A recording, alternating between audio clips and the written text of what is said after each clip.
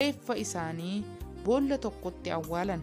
Dirreen shinnigaa dhiiga qabsaa'otaa dhugdee qilleensi gammoojjii Sumaalee tokkummaa bubbisuun amantiin wal qooduu seenaa taasise.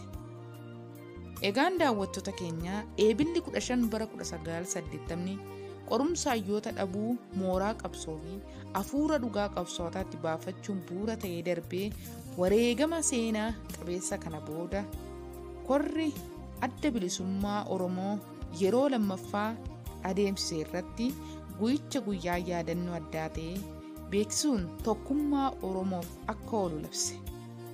Ergasii eebilli 15 guyyaa gootota Oromoo jechuun beekame. Saganticha qopheessee kan isin biraan ga'e ana Ayyaantu Taayyeedha. fuula YouTube chaanaalii Orni Miidiyaa subscribe gochuun jaalalaaf kabaja nuuf qabdan nuuf ibsaa. Galatoomaa.